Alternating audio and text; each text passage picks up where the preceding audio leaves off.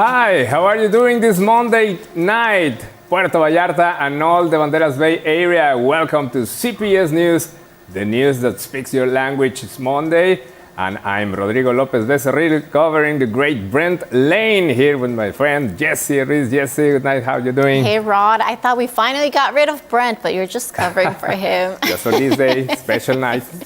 Well, Brent Lane is actually out of town this time. He's all the way in Kansas City, Missouri, but we do still have a lot of information, so stay with us. We have Voices of Vallarta, oh yeah. We also have sports, entertainment, and so much information. So let's get to it. Yes, we're ready. Jesse, Rodrigo, and here are tonight's headlines, so stay tuned to stay informed.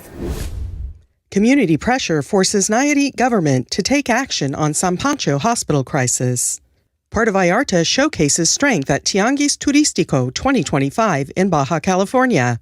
Puerto Vallarta environmentalists sound alarm over pier construction plans in Mismaloya and Playa Camarones. Search collectives intensify efforts to find the missing along Nayarit's coast. In sports news, local swimmer Arturo Inda prepares for National Olympic qualifiers. In the Voices of Vallarta segment, meet the team behind Pat's Plates PV, simplifying Mexican vehicle registration and driver's licenses for expats. Catch these stories and more on the one-hour edition of CPS News with Jesse and Brent, the news that speaks your language. Let's start with the most important things of our region. A worrying spike in violence and drug-related crimes is hitting Bahía de Banderas. Homicides and narco-menudeo are on the rise, reaching record levels in early 2025. Let's hear the story from Joe. Serious concerns have emerged in Bahía de Banderas as high-impact crimes such as homicides and drug dealing have seen a dramatic surge in the first quarter of 2025. That's according to the latest report from crime monitoring platform Semáforo Delictivo. Between January and March, the municipality recorded 8 homicides, a staggering 167% increase compared to the same period in 2024, when only 3 violent deaths were reported. This marks the highest first-quarter homicide rate since 2021. In contrast, there was just 1 homicide case in early 2022 and 6 during the first quarter of 2023. Equally troubling is the sharp rise in narcomenudeo, or small-scale drug trafficking. The number of reported cases jumped from just 1 investigation in early 2024 to 19 cases in the same time frame this year, an explosive increase of over 1,800%. Authorities are currently averaging at least 8 open drug-related cases per month. This spike sets a historic record for the municipality, where in past years, quarterly reports on drug offenses typically showed only 1 or 2 incidents. Semáforo Delictivo compiles this data based on investigations officially opened by the State Attorney General's office in the Bahía de Banderas region. Local residents and officials alike are urging for stronger preventative measures and heightened security to address the escalating violence and drug-related activity. With information from Israel Torres, Joe Wasik, CPS News. Well, this is very alarming. It's not just a statistic, it's a sign that things are changing fast in Bahía de Banderas and not for the better. It's time for action, not just concern. And now, let's go to more concerning news about hospital in San Pancho. After months of complaints and growing frustration from residents, the government of Nayarit has finally responded to the urgent calls for help regarding the deteriorating conditions of the San Pancho General Hospital. Community pressure has led to an emergency intervention announced this week. The facility, described by locals as falling apart and in ruins, is now under review by state authorities. On Monday, Bahía de Banderas Mayor Héctor Santana Garcia confirmed that after meeting with Governor Miguel Ángel Navarro Quintero, a formal assessment of the hospital's main deficiencies has been completed. The State Infrastructure Department is set to begin technical evaluations immediately. A follow-up meeting is scheduled for Wednesday with Dr. Jose Francisco Manguia Perez, the IMSS Bienestar delegate in Nayarit, to address the hospital's most critical needs, the lack of operating rooms, medical personnel, ambulances. To ease the ambulance shortage, one of 4 new ambulances expected to arrive within a month will be assigned to the San Pancho Hospital, with another to support the Tondoroque Hospital. Governor Navarro Quintero has also promised to purchase 3 additional ambulances and dispatch 1 immediately to assist in the meantime. Regarding the shortage of medication, Santana stated that if the federal government does not act, the state will take responsibility to ensure a steady supply. In addition, the Bahía de Banderas government will handle the installation of a long overdue drainage system at the Tondoroque Hospital. Governor Navarro Quintero is expected to personally supervise these projects during an upcoming visit to the region. With information from Israel Torres, Maria Ammerman, CPS News. After years of neglect, it appears that the voices of San Pancho's and hospital users, residents are finally being heard now. The real test will be in the follow-through. In other news, Puerto Vallarta is making its presence known at the Mexico's most important summit, the Tianguis Turístico in Baja California. The Nayarit Paradise has earned top honors for its world-class hospitality infrastructure. Riviera Nayarit was named the best destination for meetings, conventions, and events during the prestigious Tianguis Turístico 2025, held in Rosarita, Baja, California, from April 28th to May 1st. The award, presented by Mexico Desconocido magazine, part of the Federal Tourism Secretariat, highlights the region's robust hotel infrastructure and top-tier services, positioning it as one of the country's most competitive destinations for business tourism. This recognition comes just days before Riviera Nayarit is set to host for the first time the 88th National Banking Convention on May 8th and 9th. The event will bring together key leaders from Mexico's financial sector, with confirmed attendance by President Claudia Sheinbaum Pardo to discuss the present and future of banking in the country. During the award ceremony, Nayarit also received another major honor, being named the best state for a road trip, thanks to its scenic routes that captivate travelers kilometer by kilometer. With these achievements, Riviera Nayarit continues to solidify its reputation as one of Mexico's most complete and desirable destinations for both leisure and business. With information from MGG, Sunny Rossi, and CPS News. All right, in other news, just days after the governor's big announcement about the new pier in Mismaloya, several local groups are speaking out, saying it could seriously harm the environment. So let's listen to Joe with more information about this. Just days after Jalisco Governor Pablo Lemus announced the start of construction for a new pier in Mismaloya, a coalition of 5 prominent environmental organizations is pushing back. Concerned about the impact on local marine life, these groups have called a press conference for Friday, May 2nd, to voice their opposition to the proposed nautical ladder projects in both Mismaloya and Playa Camarones. The organizations involved: Proyecto Manta Pacifico Mexicana, GRIMA, Marine Mammal Research Group, GCOF, ECOBAC, Ecology and Whale Conservation, and UNAM, say these developments threaten the rich biodiversity of Banderas Bay, a haven for whales, oceanic manta rays, and sea turtles. Quote, "These are not just any animals," end quote, said members in a joint statement. Quote, "These are protected species that rely on the bay for feeding, breeding, and migration. Their survival directly impacts the ecological, social, and economic health of our region," end quote.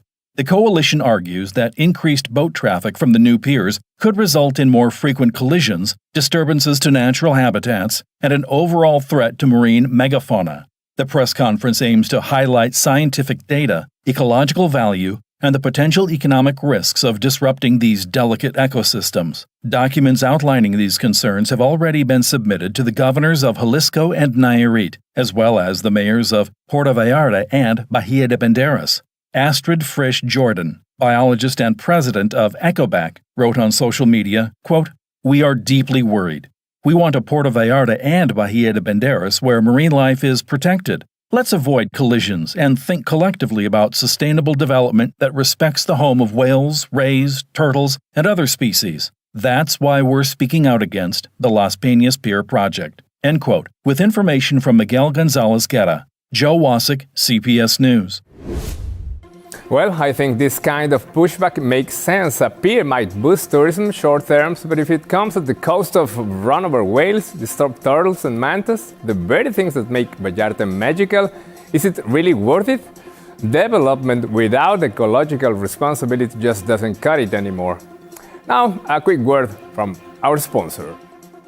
For unparalleled quality and style, Ceramicas Exclusivas is your ultimate destination. Choose from over 70 Castel floor models, all available for immediate delivery. And take advantage of our inventory sale this January. Enjoy up to 30% off on faucets and other fixtures while supplies last. Sign up for our monthly newsletter to stay up to date on the latest promotions and design inspiration. Visit us at Federación 390, Paseos Universidad Ixtapa, Puerto Vallarta, or explore our products online at ceramicasexclusivas.com. Give your space the distinctive touch it deserves with Ceramicas Exclusivas.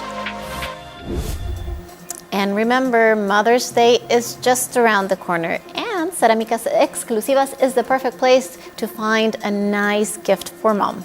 Plus, they have great discounts all month long, so check them out. But now, as we celebrate moms, we also have to recognize a different kind of mother in Mexico, the Madres Buscadoras. These courageous women, members of search collectives, continue to comb the coastal areas of Bahía de Banderas in search of their missing loved ones, often with the support of local authorities. Israel Torres has some really interesting information read by Maria. Let's listen to her read. With the support of federal and state authorities, members of the Madres Buscadoras movement have intensified their search efforts in coastal areas of Bahía de Banderas, Nayarit, in hopes of locating missing loved ones. Led by the Acalte Collective and joined by other local groups, the searchers have been combing beaches, hills, and rural terrain in towns such as Bucerías, La Cruz de Guanacaste, San Pancho, and Lo de Marcos. These efforts have been accompanied by the Nayarit State Search Commission, the National Search Commission, the Federal Prosecutor's Office, the National Guard, and the Secretariat of Security and Citizen Protection. Authorities and collectives have focused their work on rural plots of land, digging and marking off areas where there's evidence of clandestine graves or where they think remains might be found. In addition to field operations, they've placed missing persons posters in beaches and tourist areas to raise awareness and visibility for those who are still unaccounted for. The coastal corridor of Bahía de Banderas is one of the regions where human remains have been discovered in recent months.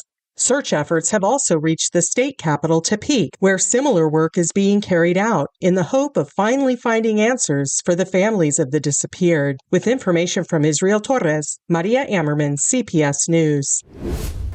Well, they're very brave women looking for their sons and some other relatives here in this region, as in many other states in Mexico.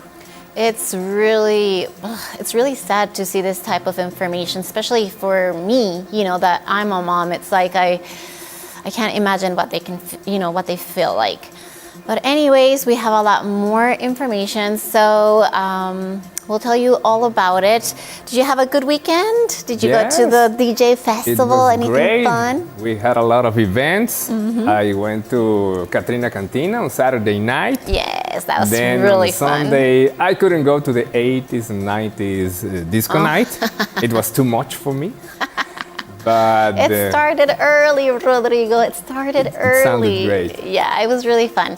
But anyways, let's go on a quick commercial break, and then when we come back, more information for you. Stay tuned.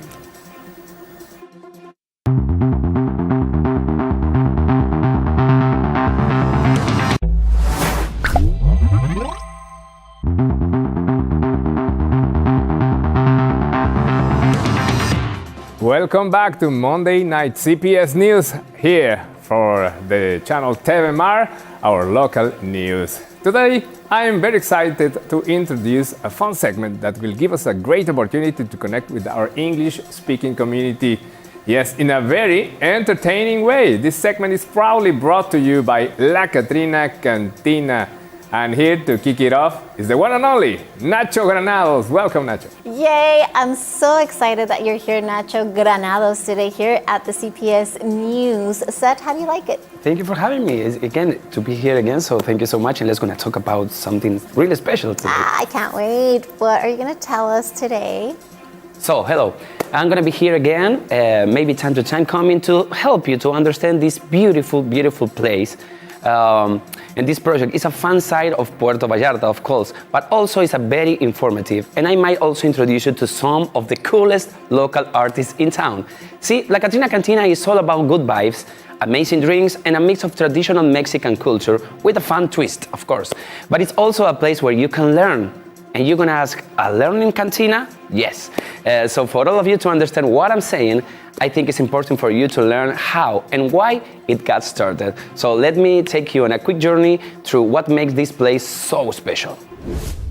Nestled in the heart of Puerto Vallarta's Zona Romantica, La Catrina Cantina stands as a vibrant testament to Mexican culture and the LGBTQ+ community. Opened in May 2020 by Juan Alvarado, the venue was conceived during the challenging times of the COVID-19 pandemic. Alvarado envisioned a space that would not only offer entertainment, but also celebrate Mexican traditions, providing a platform for local and international artists. So actually the story with La Catrina, it was not actually my dream to have a bar.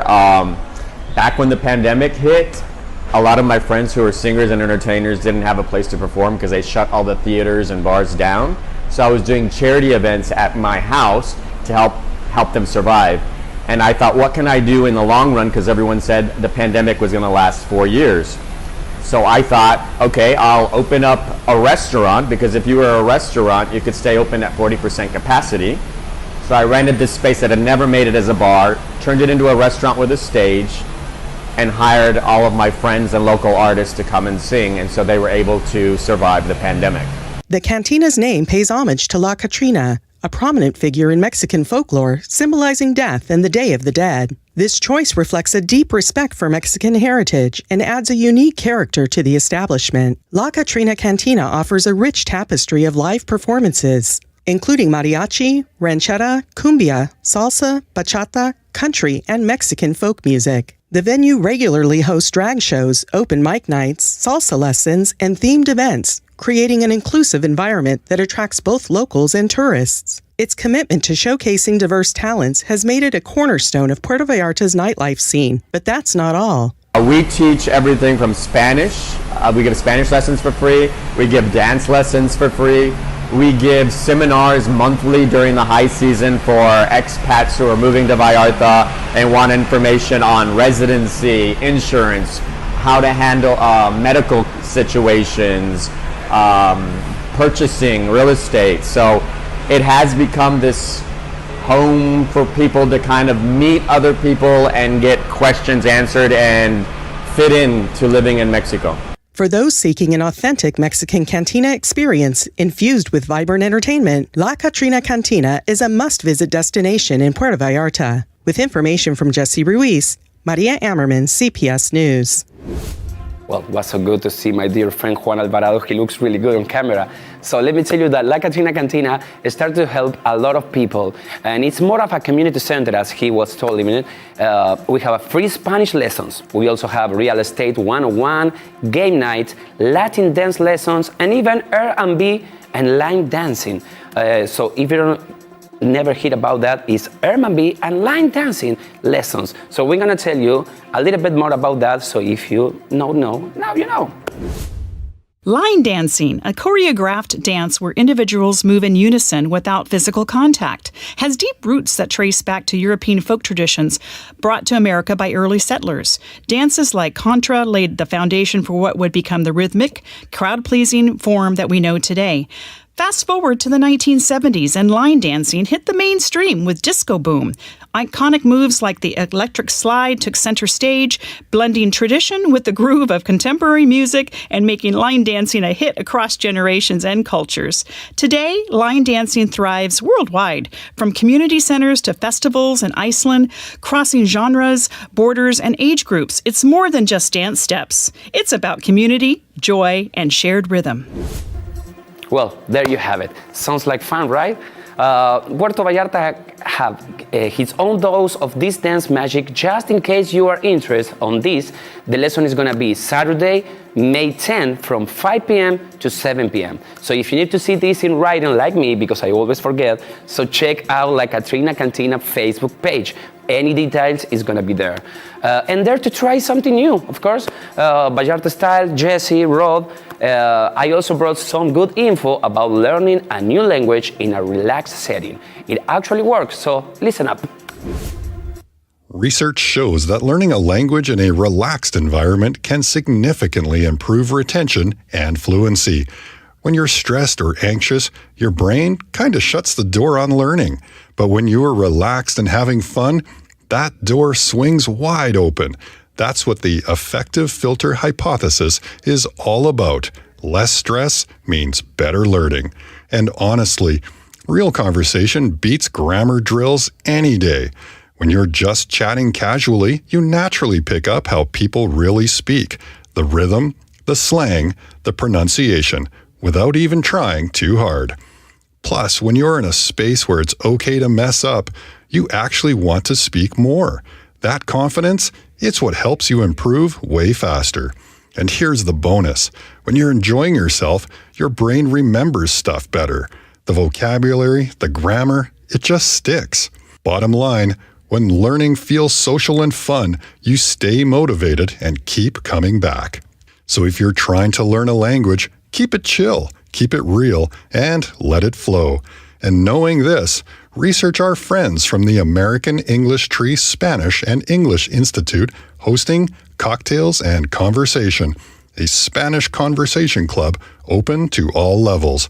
Every Wednesday, yes, at the most wonderful Catrina Cantina. Wow, Nacho, so much information. Who would have known? A learning cantina, like you said. That's crazy. Imagine learning English with your margarita on the side. Yes, yes, and it's so much fun. And a lot of people always get surprised about all the things we have at La Catrina Cantina and all the space we have for all the local artists. So it's an amazing place in Spanish, in English to enjoy. For everybody. Yeah, everybody. it's great. You know what? I really love the vibe of La Catrina Cantina. I just went Saturday night and have a lot of fun. Dancing. We were Singing, dancing. dancing. I love having fun with friends. I want to come back. Yes, thanks for coming by to share Thank you this for having me. information. Okay, See you next gracias, month. Nacho. Thanks for being here. Now we're gonna change the pace from fun-filled information to an almost tragic story. A call to 911 led to the rescue of a man attempting to take his own life at Playa Gemelas. Vallarta's tourist police responded promptly after receiving an urgent alert from the man's family. A potential tragedy was avoided in Puerto Vallarta thanks to the quick and compassionate response of the city's tourist police. It all started with the desperate 911 call from a man whose brother had left home in a Mazda 3, threatening to take his own life. Acting fast, Supervisor Jose Daniel Hernandez launched a citywide search that quickly became a race against time. The man, struggling with deep depression, had abandoned his car and wandered off, eventually reaching Playa Gemelas. In a heartbreaking phone call to his brother, he said he was tired and ready to let the sea take him. Officers Heidi Serafin and Fernando Trujillo, part of the team out looking for him, eventually found him on the beach, disoriented, dehydrated, and emotionally drained. They moved quickly, comforting him and securing the area while they waited for a crisis psychologist and emergency responders to arrive. Thankfully, the man was stabilized and reunited with his loved ones. Supervisor Hernandez Barrera put it best. This job isn't just about patrol, it's about heart. We're here to protect life in every sense. Thanks to the heart and dedication of Vallarta's tourist police, a life was saved and a family was spared an unthinkable loss. With information from Guadalupe Arce, Jesse Ruiz, CPS News. All right, in other news, vinyl murals recently installed by the Bahía de Banderas municipality on the Jarretaderas Bridge have deteriorated in less than 1 month. Let's hear it. Less than a month after being installed, vinyl murals on the Jatareras overpass in Bahía de Banderas are already falling apart, prompting citizen complaints and renewed calls for government transparency. Installed by the 7th Ayuntamiento as part of a broader renovation of the boulevard Riviera Nayarit, the murals were meant to enhance the image of the region, featuring cultural motifs inspired by the Wix Arica people, including jaguars, turtles, and traditional symbols. The vinyl designs were placed on the 4 main pillars of the bridge, visible to drivers travelling between Puerto Vallarta and Bahía de Banderas. However, residents report that the plastic materials, which they describe as little more than oversized stickers, have proven unable to withstand the elements. Constant gusts of wind from passing traffic have caused at least 1 mural to detach entirely, while the remaining 3 show signs of imminent failure. Critics argue that the poor choice of material undermines the effort to beautify the area, especially when more permanent hand-painted murals are being created elsewhere. They also question the logic behind decorating a bridge that, according to the municipal president, is scheduled for future renovations. Local citizens are now demanding full disclosure on the cost of the failed installation and accountability for the decision-making behind it, calling for higher standards and better planning in public works that reflect the true cultural and visual identity of the region. With information from Israel Torres, Melissa Louise, CPS News. Whoa, how bad? What a waste of public money. In other news, a local cyclist was injured after a collision with a speeding motorcycle in Puerto Vallarta, highlighting growing concerns over road safety and a lack of mobility education in the city. The accident occurred near Avenida Federación when a group of cyclists returning from Playa Grande attempted to cross toward the PTL River Linear Park. Although a vehicle had stopped to yield, a young motorcyclist failed to respect the speed bump and collided with one of the cyclists, causing serious injuries and destroying her bicycle. The rider, who had no license or plates, was part of a group allegedly attempting to remove the evidence from the scene. Emergency services responded, and the injured cyclist required medical attention. This incident adds to the growing number of motorcycle-related accidents in Puerto Vallarta. It has raised calls for stricter regulation of motorcycle sales, better traffic enforcement, and for mobility awareness, such as the mobility pyramid concept to be taught in schools to promote safer coexistence on the roads. With information from Miguel González Guerra, Maria Ammerman, CPS News. Be careful out there with cyclists, and also be careful out there if you're a cyclist. And for those of us that choose a different transport, finally 67 new buses will arrive in Puerto Vallarta in less than a month. They're currently at the Customs Office in Manzanillo. Jalisco Secretary of Transportation Diego Murals acknowledged that some of the previous units were defective and that with these new buses, the improvement will be noticeable. Relief is on the way for public transit users in Puerto Vallarta. The long-awaited fleet of 67 brand-new air-conditioned buses is expected to hit the streets in less than a month, according to Diego Monraz Villaseñor, Jalisco's Secretary of Transportation. The units, which had been delayed at the port of Manzanillo due to customs and administrative procedures, are now being outfitted with the necessary technology, including payment systems and official markings, before being rolled out for public use. The announcement comes amid growing frustration from residents who have endured long wait times, overcrowding, and unreliable service. Some users have even reported waiting over an hour for a bus and being forced to ride hanging from the doors due to a lack of space. Officials say this expansion of the fleet will significantly improve service quality. The new low-floor buses are part of a renewed effort to replace older, faulty models, particularly the problematic Dina units that were previously withdrawn from service. Authorities expect the upgraded buses to be fully operational by May, aiming to restore trust and efficiency in Puerto Vallarta's public transportation system. With information from Miguel González Guerra, Sunny Rossi, and CPS News. And then the buses. You said you've heard it so many times that their buses are coming and the buses are coming and they never get here. New buses are coming since last year with this new administration in Jalisco. Now this is like the second or third announce of new buses. Now they said 67 new buses will be coming in the next day. So I hope time is for real because we need it. We're crossing our fingers. But if you're a driver like me and you want some more information about license plates and how to get a driver's license, you better stick around because on Voices of Vallarta, we're going to be talking to Pat's plates, and he's going to give us all of this information. Very interesting. Stick around.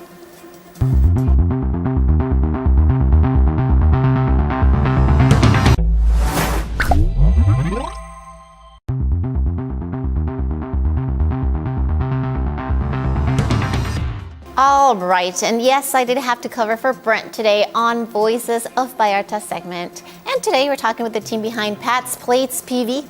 It's a local service that helps expats with Mexican vehicle registration, yes, and the driver's license too, without all of the stress. A lot of people already know him, yes, very popular.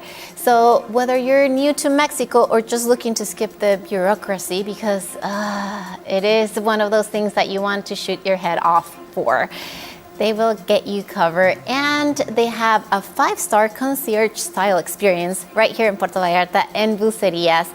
So, Pat, how are you today? Hi, Jesse. Thanks for having me today. Thanks for being here with me. So let's get right to it. Yeah.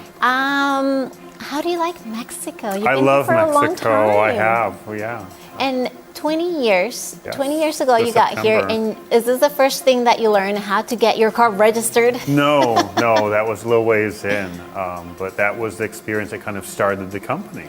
All right. So, what inspired you to start Pat's Place PV, and what makes your service different? It was a bit more organic. So I had to do the stuff for myself. I moved from Nayarit to Puerto Vallarta and discovered that when I got to the Puerto Vallarta office, they go, okay, you have this documentation, but it's missing some stamps. I go all the way back to Bucerias, get the stamps on the different documents, go all the way back. And so that was kind of the beginning of the process of discovering that. So friends and colleagues would ask me, hey, I heard you did this, how do you do it? And it grew organically like that. So it's kind of like helping friends and family, and then at a certain point, we kind of turned into a business. It grew. You had a lot of friends, right? Yeah. Asking you about how to do things. They definitely become your friends when they need help. Right? I'm Mexican. I don't even know how to do this because my husband takes care of all of this stuff. But I know that it's a big, long process, and it takes a lot of time, especially in Nayarit right now. You were telling me, right? It can be very challenging there. All right, so can you walk us through how your process works for vehicle registration and getting driver's license? Just like first you got to go and, The main thing is just contacting us. So the easiest part is people reach out to us. They can go to our website, patsplatespv.com, or to our Facebook page and go ahead and shoot us a message. And so I have prompts that go ahead and kind of ask people, what do they need? And it goes from there. So I just need to know where they're located, if they're a legal resident, and so qualify them for the service and then go ahead and get the process started. We do most of our communication primarily in writing because it is so complicated, right? And so we don't want any issues with people understanding or misunderstanding that. So it's a little frustrating, I know, for some people that we're primarily start with just written communication, and then eventually, if needed, we meet them there at the offices. Okay, all right. And so people that come from Canada or US, and if they already have a driver's license, are they okay to drive here with that? It is, you know how rules are here in Mexico. That's complicated. What rules are there really, right? But the kind of the process is, based here in the local area, if people are permanent resident, the authorities definitely in the Bahía de Banderas definitely want to see them have a local driver's license. We recommend it, and not just for our own benefit, but we feel that you definitely get treated differently when you have a Mexican driver's license. Right. Because when you get pulled over, the cop goes ahead and looks and goes, oh, you live here. First thing they say every time, right? And you go, yeah, and they go, and that really increases your chance of okay, get out of here, be You're more local, careful. it's okay. Versus, going ahead and say, okay, we're going to give you a ticket, you got to go to this office, da-da-da-da-da-da-da. Yeah. So it definitely helps a lot. But yeah, they should. If they're a legal resident, they really should have a Mexican driver's license. All right. And so you mentioned that you also help inform expats. What kind of alerts or advice do you share in your platforms to inform them? Yeah, at this time it's primarily through Facebook and YouTube, but really, we kind of skim and watch news and see what's happening Because a lot of people are driving down 15D, coming down from Nogales or going crossing at Laredo. And so we just want to kind of catch information that could be relevant to them, right? All right, so now really quick, because I mean, we're in the newscast, we have been advising people that they have to change their license plates from the old, Jalisco model to the new one. Can you help with that? Absolutely, we can help with that. Basically the thing is, if people have a vehicle that's 2020 or older, they typically have the older plates, right? Unless they got the newer plates. So if they have the Minerva, which is the woman in blue, if they have the agave, which is the tequila plant, or they have the red dot, then they need to get new plates. And the process is determined by the last digit of their plate number. So it's tied to the month. So 1 is January, 3 is March, I did not know 7 that. is July. That's good to know. Yeah. All right, so how did they get a hold of you? Through our website, patsplatespv.com, or through our Facebook page, facebook.com/patsplatespv. I got a hold of him on Facebook, and he was so quick to answer back. So thank you, Pat, for being here. Anything else that you'd like to close with? Any other information that you want to tell people about? No, just, to drive careful. We do make recommendations. If people follow our page, we always recommend people have like a dash cam. It's a really important thing to have down here, especially with the communication differences. And if they are traveling, especially out of the area, to go ahead and use traffic apps, stuff like that, like Waze or Google Maps or something like Waze that. is a good one. Yeah, it is a good one. And so we just want people to be safe, and that's the big thing for us, is that they come to us for information, and when the time comes that they need assistance with their driver's license, car registration, bringing the car down from the States or Canada, or here with the exchange of the plates that's going on here in Jalisco, or that happens every 6 years in Nayarit and other states, we're there to help.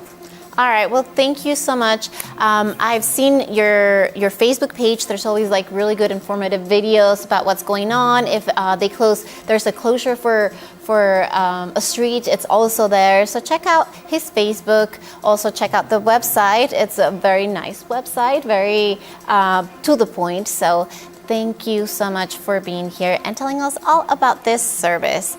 And now we're going to go with more information. We have a new story about, let's see here. Oh, it's a sad story, you guys. So I will leave you with Sunny to tell you all about this. Tears and tributes filled the air Monday as Bahía de Banderas honored fallen traffic agent Jorge Meza Heredia, who died in the line of duty during a pursuit in the Santa Fe neighborhood of San Jose del Valle on Saturday, April 26. The funeral procession arrived early at the Public Safety and Traffic Headquarters in Valle de Banderas. There, colleagues and family members gathered to pay their final respects. Meza's motorcycle, Unit M41, was placed with care at the center of the ceremony, alongside a portrait of the officer remembered for his constant smile and unwavering commitment.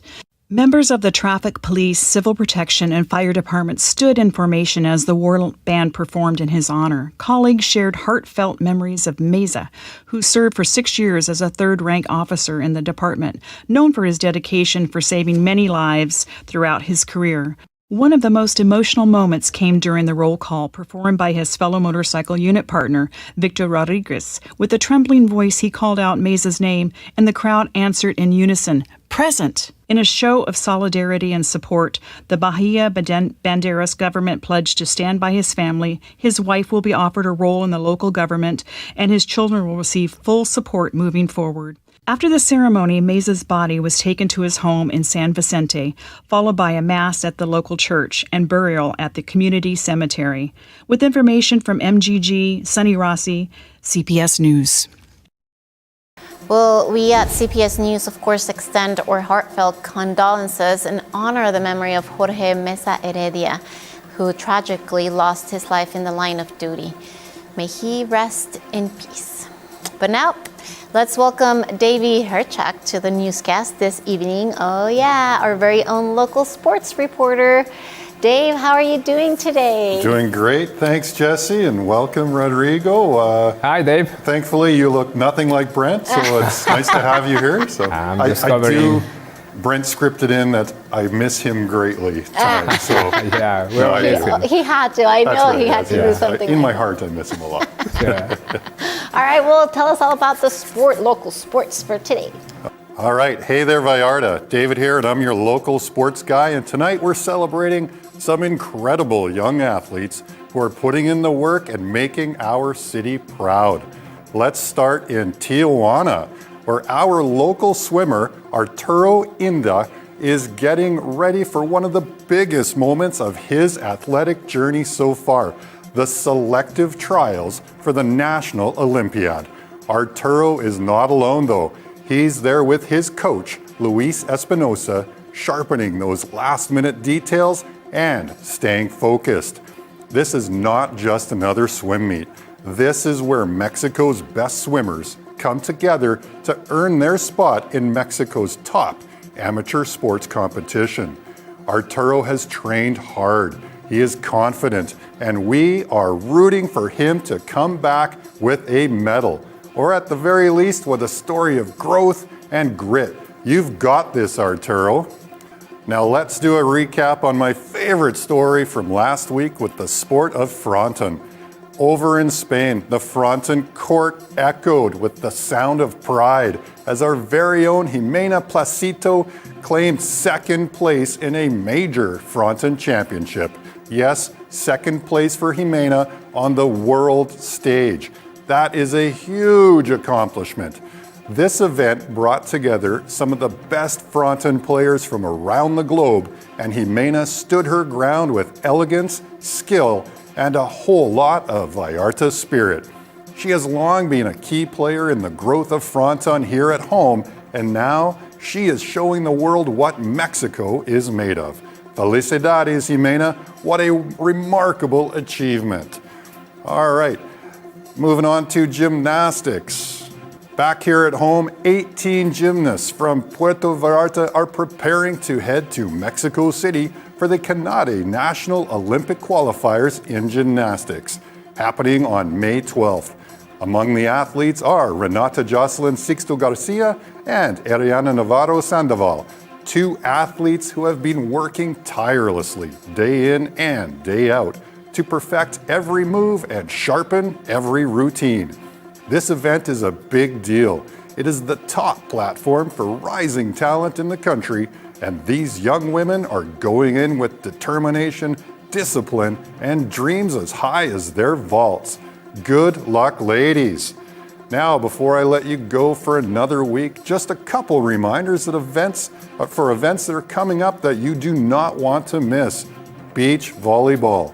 Remember to register and compete, or just be ready to be a spectator for the Mexico Beach Volleyball Championships that start on May 30th. And also coming up fast is the Wind Festival in Bucerias from May 16th to the 18th. And this event is the most epic kite surfing and windsurfing event of the year. And it's a great party. And that is your look at sports for tonight. So whether it's in the water or on the court or on the mats, Puerto Vallarta's young athletes are chasing greatness, and we are so proud to follow them every step of the way. I also want to thank Fernando Borges for all of this great local sports information. And back to you. Yep, that was great sports Thanks, information. Dave. I love the Wind Festival. That sounds really that's fun. one of the greatest. It is a really great time. I've gone the last couple years, and it's an all-day event. It's so fun. It's super good to see. You know what? I've never been, but just because you mention it, I will go. Yeah. You should go. It's really amazing. You should kite surf for it. Why not? Oh, Yeah. I'd love to do I know that. people. We'll get you up. All right, you guys, let's do that. But first, a quick word from our sponsor, Mari Galante. Oh yes, attention guys, the final days to set sail are here. Don't miss the pirate adventure everyone is talking about with up to 45% off, but only until May 8th. Start your day with full under the sea breakfast aboard an incredible 700-ton gallon. Then get ready for a day of fun at the beautiful Majahuitas Nature Reserve, snorkeling, kayaking, banana boat rides, treasure hunts, and so much more. And of course, the famous pirate show with acrobatics, music, dancing, and special effects. Choose the 8 delicious meal options and enjoy the deluxe open bar. Oh yeah, national or international. Book now at pirateshipvallarta.com. The adventure is calling. But hurry, the ship is about to sail. Wow, 45% off until May the 8th. Off. So There's not very let's much take advantage time. of that. The pirate ship is great. It is. It's so much fun. So get your tickets, pirateshipvallarta.com. But now we got to go on a quick commercial break. We'll be super fast. And then when we come back, events. So stick around.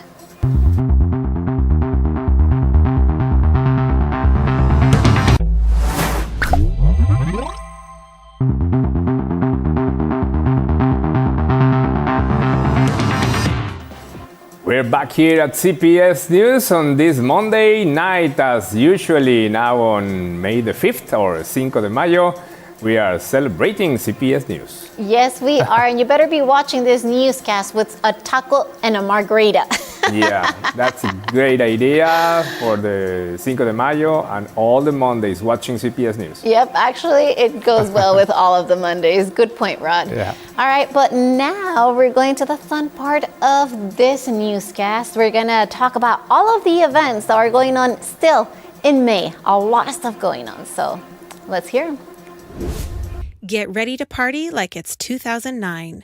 Gen Expats PV presents Battle of the 2000s, movie night at Coco Cabaret, this Thursday, May 9th.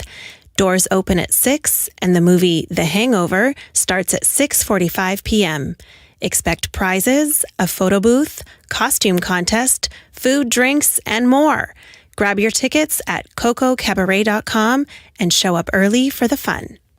Celebrate global culture at the 19th Vallarta Azteca International Folklore Festival, wrapping up May 9th. Enjoy traditional music, dance, and vibrant performances from around the world, all here in Puerto Vallarta. Don't miss this colorful celebration of heritage and unity. Call 322-111-9277 for final program details. New to town or just want to learn more about this amazing place we call home? Don't miss Orientation to Vallarta, a free, fun, and informative event supporting the IFC. It's happening Friday, May 10th from 2 to 4 p.m. at the Living Room Bookstore and Cafe in Marina Vallarta. Connect, explore, and get insider tips on living your best life here in paradise. Get ready for a historic ride. The first women's horseback ride in Bahía de Banderas takes place on Saturday, May 11th in Higuera Blanca. Organized by the Women's Ride Committee, this empowering event celebrates tradition, strength, and community. Huge thanks to Vista Paraíso, the official sponsor. Join the movement because women ride without borders. Puerto Vallarta and Riviera Nayarit are serving up something special. Restaurant Week is back from May 15th to June 10th. Enjoy innovative 3-course menus at top local restaurants, each with 3 delicious options per course. It's a chance to experience the best of our region's culinary creativity at an amazing price. Check out participating spots at restaurantweekpv.com.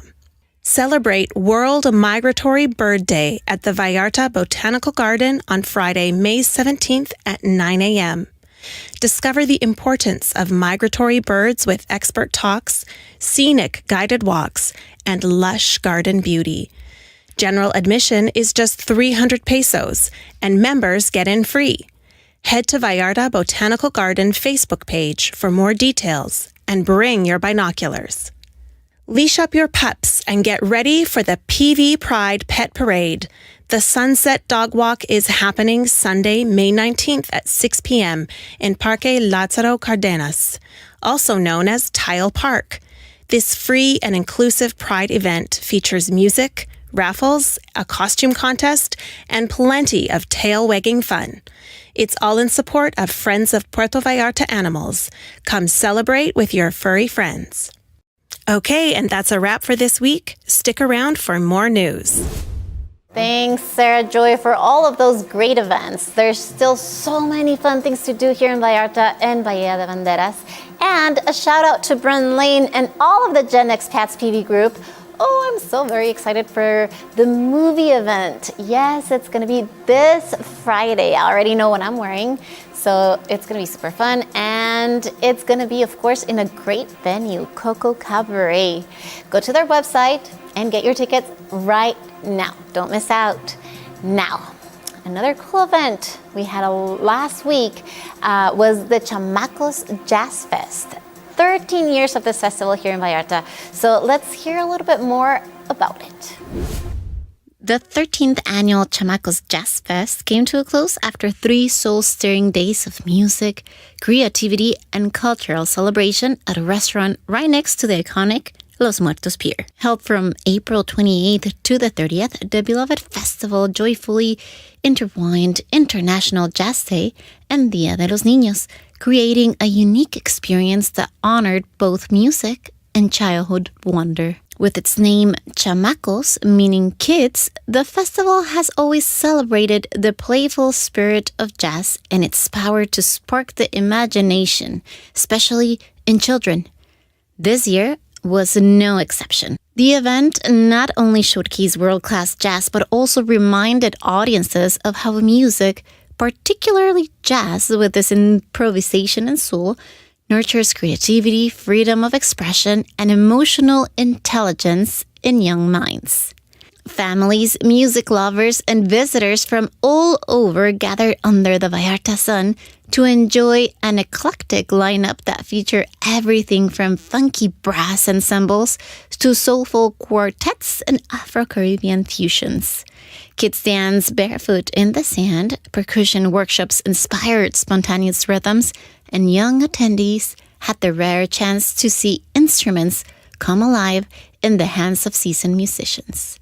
The festival included performances by Hammy Funk, Hechos La Mocha, Tate Worry, Alan Murray, Soneros, the Liliana Bondard Band and Friends, and the energetic Beef Chief Brass Band on its first day. And on Tuesday, April 29th, it brought more dazzling talent to the stage with Alex y Daniel, Colectivo Amapola, Titilo Garcia Quartet, Arbida Jazz Quartet, Money Jungle, Army Grano, and Smooth Jazz Fusion Trio, and the crowd favorite, New Trio. The celebration peaked on Wednesday, April 30th, Día de los Niños itself, with a full day of music featuring Antonio Huerta, El Niño, Liliana Bondard Band and Friends, Groove the Nation, Annie Sureda y Juanel Micaut, Daniu Jazz Quartet, Latin Friends, Beverly and El Telar, Big Chief Brass Band, New Trio, and the spectacular Sam Davalos Quartet. As the sun set on the final day, it was clear that Chamacos Jazz Fest had once again succeeded in its mission to bring the community together through music, inspire the next generation of artists, and celebrate the joy of being young, no matter your age. With its stunning setting, rich cultural fusion, and emphasis on childlike curiosity, the Chamacos Jazz Fest has become more than just a festival. It's a Vallarta tradition that continues to grow in heart, talent, and imagination every year. With a heart full of soul and a spirit lifted by great jazz, I'm Jessie Ruiz for CPS News. Sounds like a great time, and another option for a good time is the Vallarta Aztecas International Folklore Festival, or FESPA. This festival is all about fun, with awesome performances, cool workshops, and special events. I think it's the perfect way to enjoy tradition, connect with the community, and experience a little bit of the world right here in Puerto Vallarta. Don't miss out. There's still time to catch this amazing festival. I had such a blast chatting with the dancers from South Korea and Poland on Asphalt Radio this past Saturday, and I cannot wait to see even more of these fantastic performances. They're all free. Now, yesterday was May the 4th, so yes, I'm sure the Force was definitely with you. So shout out to all of my fellow Star Wars fans. But today is, like Rod said it, earlier, May 5th or Cinco de Mayo. But let's switch from, this light savers to sombreros and take a moment to learn what this day is really about, a celebration of Mexican resilience and victory. Puerto Vallarta is once again the vibrant host of the Festival Vallarta Azteca del Folklore Internacional, FESTVA, an event dedicated to the preservation and diffusion of arts through dance. Taking place in May and April, this 10-day festival brings an annual celebration of color, tradition, and culture to the municipality. The primary aim of FESTVA is to offer high-level cultural activities that strengthen national identity and serve as a significant tourist attraction for the region.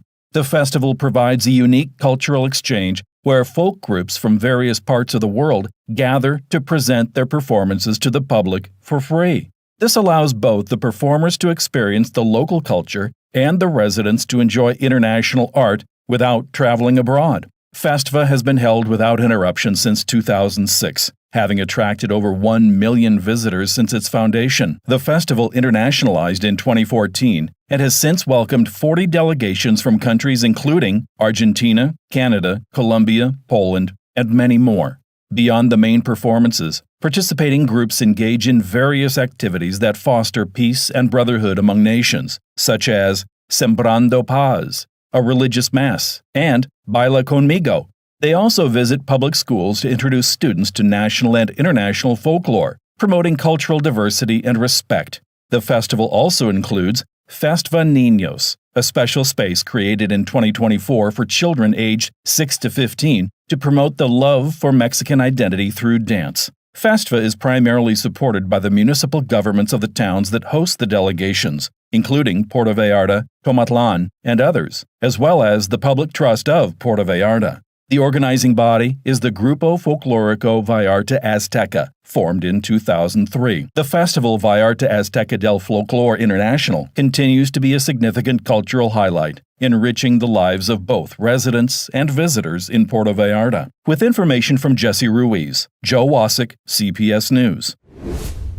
There we go. Now, I'm sure you learned something new about Cinco de Mayo. And this takes us to the end of this newscast. I want to thank Rod for, being Thanks here for having covering me, for Jessie. Brent. It was really interesting and fun for me. Well, thank you for being here, and shout out to Brent Lane again. We'll see, he's going to be back by next week. So if you're one of his fans, tune in next Monday at 7 o'clock CPS News, and make sure to comment if you're watching on YouTube or Facebook right below, and let us know what you thought of this newscast. For now, I'll see you later. See ya.